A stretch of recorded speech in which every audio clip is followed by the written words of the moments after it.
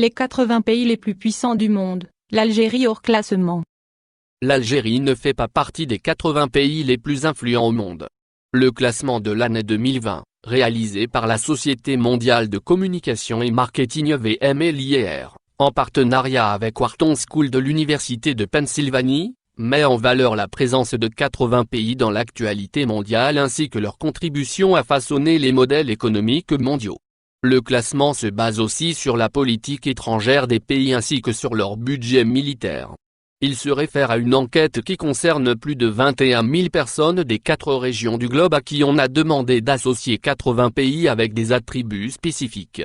Ainsi, ce classement, qui met en avant les capacités des pays à être leaders, leur influence économique et politique ainsi que leurs solides alliances internationales sur les plans économiques et militaires, révèle que les États-Unis sont le pays le plus puissant, avec la plus grande économie et le plus grand budget militaire du monde. L'Arabie Saoudite à la 10e place. Les États-Unis d'Amérique sont successivement suivis de la Russie et la Chine. L'Allemagne, la Grande-Bretagne et la France arrivent en 4e, 5e et 6e place, avec notamment leur grande économie et les aides qu'elles distribuent sur les autres pays. Le Japon et Israël sont suivis de la Corée du Sud et de l'Arabie Saoudite, qui pointe à la 10e place grâce à ses revenus pétroliers et à son influence dans la région du Golfe, en particulier, et les pays musulmans, en général. Par ailleurs, le premier pays de l'Afrique du Nord dans ce classement se positionne à la 57e place. Il s'agit du Maroc auquel succède la Tunisie, à la 61e place.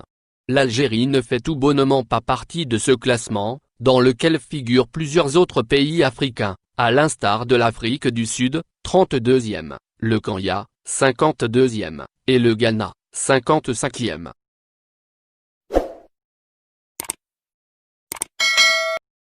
Deuxième vague de coronavirus en Algérie, le ministre de la Santé s'exprime. Le ministre de la Santé, de la Population et de la Réforme hospitalière s'est exprimé, ce samedi 20 juin lors d'une visite de travail dans la wilaya de Boumerd, sur l'éventualité d'une deuxième vague de contamination au Covid-19 en Algérie. Abderrahmane Ben Bouzid a affirmé qu'il était encore prématuré de parler d'une deuxième vague de coronavirus dans le pays. Il indique qu'il ne peut encore rien affirmer ou infirmer à ce sujet. Le ministre de la Santé explique que cette question ne concerne pas seulement l'Algérie. Selon lui, plusieurs pays du monde connaissent une recrudescence de contamination au Covid-19. Et que malgré les moyens dont disposent les laboratoires dans le monde, personne n'a encore maîtrisé ce virus. Abderrahmane Ben Bouzid ajoute que même les scientifiques les plus en vue ont changé leurs approches pour appréhender la réalité de la pandémie ces derniers jours. Il rappelle que le Covid-19 est tout le temps en mutation. Cette déclaration révèle que la pandémie de coronavirus n'est pas maîtrisée en Algérie et qu'une deuxième vague n'est pas à exclure. Le ministre rejoint le directeur de l'Institut Pasteur.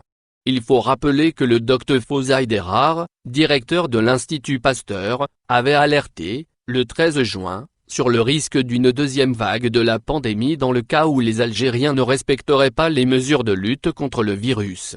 Un constat confirmé par le porte-parole du comité scientifique de suivi de l'évolution de la pandémie de coronavirus. Ce responsable a confirmé la hausse du nombre de cas de contamination dans certaines wilayas. Jamel Fourara, aussi, affirmé que cette hausse était due au non-respect des mesures sanitaires de prévention. Il impute, en effet, cette augmentation au non-respect des mesures barrières contre la propagation de ce virus, suite à la reprise de certaines activités commerciales, économiques et sociales dans plusieurs wilayas.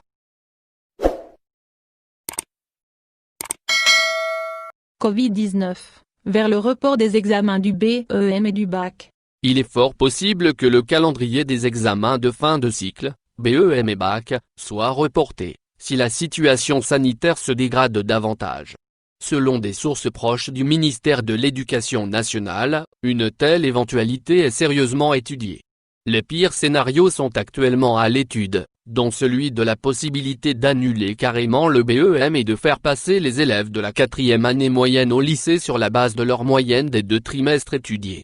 Il y a aussi la possibilité de faire reculer la date de la tenue de cet examen du cycle moyen. Mais on reste encore dans les éventualités. Et tout dépendra de l'évolution de la situation. En effet, Le risque d'une deuxième vague de contamination au coronavirus fait planer le doute sur la tenue de cet examen, jusque-là fixé pour la période du 7 au 9 septembre 2020. Le bac, quant à lui, aura lieu mais, comme le BEM, il est fort probablement que sa tenue soit décalée jusqu'au mois d'octobre ou même novembre. Dans ce contexte d'incertitude qui pèse à la fois sur les candidats au BEM et au bac mais aussi sur leurs parents, le ministère de l'Éducation tente de rassurer en conviant les responsables d'associations de parents d'élèves et d'organisations syndicales agréées par le secteur à des rencontres de discussion et de concertation afin de faire face à toute éventualité. À travers ces rencontres, le ministère de l'Éducation tentera ainsi d'apporter des réponses aux préoccupations soulevées durant les rencontres bilatérales avec les partenaires sociaux. Il faut rappeler que l'année scolaire s'est terminée en queue de poisson le 13 mars dernier à cause du coronavirus. Tout un trimestre de scolarité à rattraper.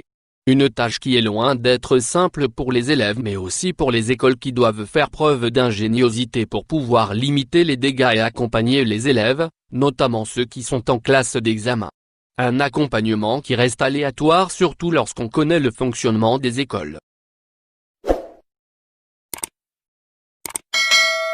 Tribunal de Cheraga, les accusations retenues contre Amira Abouraoui.